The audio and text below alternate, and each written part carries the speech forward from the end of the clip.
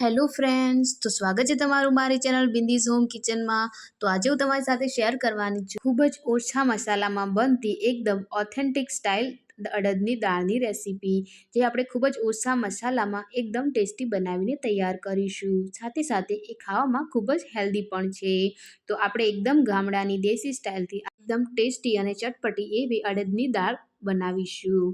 તો ફ્રેન્ડ્સ, વિડીયોમાં એન્ડ સુધી બન્યા રહેજો અને વિડીયો ગમે તો લાઇક કરજો। હવે ચાલો રેસીપી શરૂ કરીએ। અડદની દાળ બનાવવા માટે મેં સૌથી પહેલાં 1 વાટકી જેટલી અડદની કાળી ફોતરાવાળી દાળ લીધી છે। તો મેં આ રીતની દાળને સાફ કરીને લીધી છે। હવે આપણે તેને એક મિક્સિંગ બાઉલમાં એડ કરી લઈશું। ત્યારબાદ તેમાં આપણે પાણી એડ કરીને તેને હાથની મદદથી સરસ રીતે મસળીને તેને સરસ રીતે આપણે વોશ કરી લેવાની છે। તો આ જ રીતે આપણે તેને 2 થી 3 પાણીથી સરસ રીતે વોશ કરી લઈશું। તો મેં દાળને સરસ રીતે વોશ કરીને તેનું બધું જ પાણી કાઢી લીધું છે। તો હવે આપણે તેને એક કુકરમાં એડ કરી લઈશું। તો મેં અહીંયા દાળને પલાળીને નથી રાખી, આપણે ડાયરેક્ટ કુકરમાં તેને એડ કરી લઈશું। તો મેં અહીંયા દાળને કુકરમાં એડ કરી લીધી છે। તો મેં અહીંયા 1 વાટકી દાળ લીધી છે, તો એના માપથી મેં અહીંયા 6 વાટકી પાણી એડ કર્યું છે। તો હવે આપણે તેમાં મીઠું પણ એડ કરી લઈશું અને દાળનો કલર સરસ આવે એ માટે મેં અહીંયા અડધી ચમચી હળદર પણ એડ કરી છે। હવે આપણે કુકરનું ઢાંકણું બંધ કરીને તેને મીડિયમ ગેસની ફ્લેમ પર 5 થી 6 સીટી આવવા દઈશું। તો અહીંયા 5 થી 6 સીટી થઈ ગઈ છે અને તમે જોઈ શકો છો કે આપણું કુકરની સરસ એવી એર પણ નીકળી ગઈ છે। હવે આપણે કુકરને ખોલીને જોઈએ તો દાળ પણ આપણી સરસ એવી બોઇલ થઈ ગઈ છે અને આપણે જે રીતની જોઈએ એ રીતની જ આપણી દાળ બનીને તૈયાર થઈ ગઈ છે। તો હવે આપણે આ રીતના વિસ્કરની મદદથી તેને સારી રીતે વિસ્ક કરી લઈશું। તો આપણે આમાં હેન્ડ બ્લેન્ડરનો ઉપયોગ નથી કરવાનો, તેને વિસ્કરથી કે પછી તમે ઝેણીની મદદથી તમે આ રીતે મેશ કરી શકો છો। તેને આપણે એકદમ રગડો નથી કરવાનો। તો આપણે દાળ સરસ રીતે વિસ્ક કરી લીધી છે। હવે આપણે એક વઘાર કરવા માટે મેં અહીંયા કઢાઈમાં 3 થી 4 ચમચી જેટલું તેલ એડ કરી લીધું છે। તેલને આપણે સરસ ગરમ થવા દઈશું। તો મીડિયમ ગેસની ફ્લેમ પર આપણું તેલ સરસ ગરમ થઈ ગયું છે। હવે આપણે તેમાં 1 ચમચી રાઈ એડ કરી લઈશું। રાઈ સરસ રીતે ફૂટવા લાગી છે। હવે તેમાં આપણે 1 ચમચી જીરું પણ એડ કરી લઈશું। ત્યારબાદ તેમાં આપણે મીઠા લીમડાના પાન પણ એડ કરી લઈશું।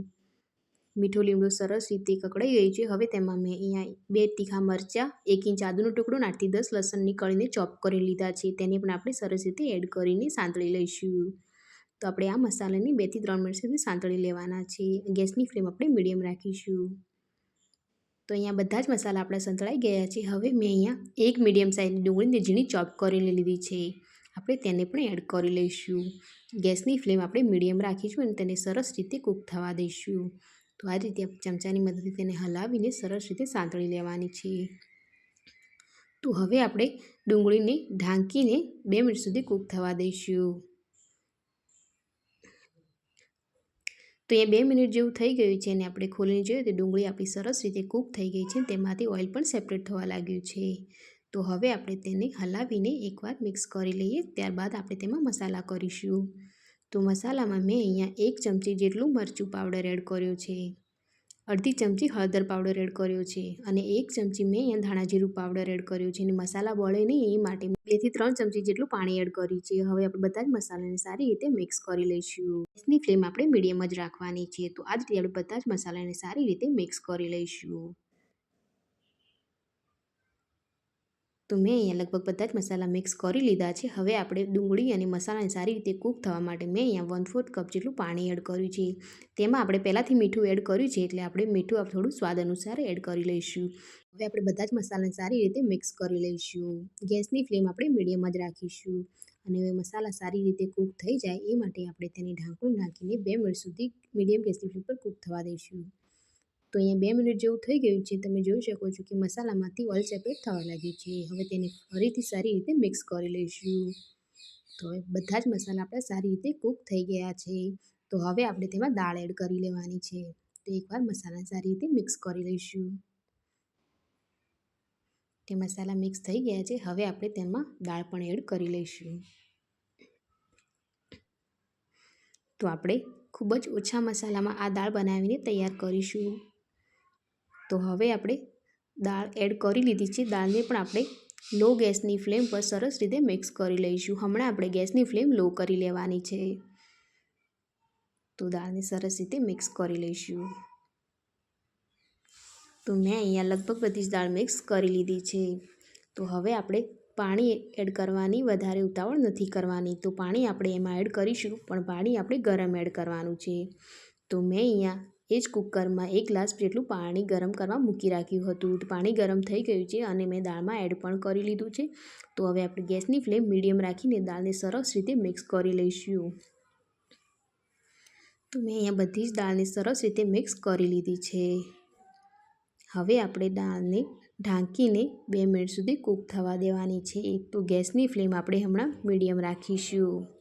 મીડિયમ ગેસની ફ્લેમ પર દાળને કૂક થવા દઈશું. ત્યાં 2 મિનિટ જેવું થઈ ગયું ને તમે જોઈ શકો છો કે દાળમાં સરસ એવું બોઇલ પણ આવી ગયું છે. દાળ આપણી સરસ રીતે કૂક પણ થઈ ગઈ છે. એકવાર તેને સરસ રીતે મિક્સ કરી લઈશું. તો દાળ આપણી સરસ એવી કૂક થઈ ગઈ છે. તો હવે આપણે તેમાં અડધી ચમચી જેટલો ગરમ મસાલો એડ કરીશું. ત્યારબાદ મેં અહીંયા 1 ચમચી જેટલું આમચૂર પાવડર એડ કર્યો છે, જે બિલકુલ ઓપ્શનલ છે. તો હવે આપણે તેને ફરીથી મિક્સ કરી લઈશું. દાળમાં આમચૂર પાવડર એડ કરવાથી દાળમાં સરસ એવી ખટાશ આવે છે અને સારો એવો ટેસ્ટ પણ આવે છે. ઉપરથી લીલા સમારેલા ધાણા પણ એડ કરી લઈશું અને ફરીથી તેને એકવાર મિક્સ કરી લઈશું. ગેસની ફ્લેમ હવે આપણે બંધ કરી લઈશું. ત્યારબાદ આપણે દાળને એક સરસ એવો ટેસ્ટ આપે એ માટે વઘાર કરીશું. તો વઘાર માટે મેં અહીંયા 1.5 ચમચી જેટલું ઘી ગરમ કરવા મૂકી દીધું છે. તમે ઘીની જગ્યાએ તેલનો ઉપયોગ પણ કરી શકો છો. 1 સૂકું લાલ મરચાંને મેં ટુકડા કરીને એડ કર્યા છે. વઘાર એડ કરતાં પહેલાં મેં અહીંયા 1 ચમચી જેટલો કશ્મીરી લાલ મરચાં પાવડર એડ કર્યો છે. હવે મરચાંનો કલર ચેન્જ થાય એ પહેલાં આપણે તેને વઘારમાં એડ કરી લઈશું. તો સારો એવો આપણે વઘાર એડ કરી લીધો છે અને દાળનો કલર પણ અને ટેસ્ટ પણ સરસ એવો આવવા લાગ્યો છે. તમે જોઈ શકો છો કે દાળમાં સરસ એવો કલર આવી ગયો છે અને આપણે એકદમ ટેસ્ટી અને ચટપટી એવી અડદની દાળ એવી બનીને તૈયાર થઈ ગઈ છે. તો આ વઘાર કરવાથી વઘારનો સારો એવો ફ્લેવર પણ આવી જાય છે અને દાળ ખૂબ જ ટેસ્ટી બનીને તૈયાર થાય છે. આ દાળને રોટલા સાથે ખાવાની તો ખૂબ જ મજા પડે છે. તો ફ્રેન્ડ્સ, રેસીપી તમને કેવી લાગી કમેન્ટ સેક્શનમાં જરૂરથી બનાવજો.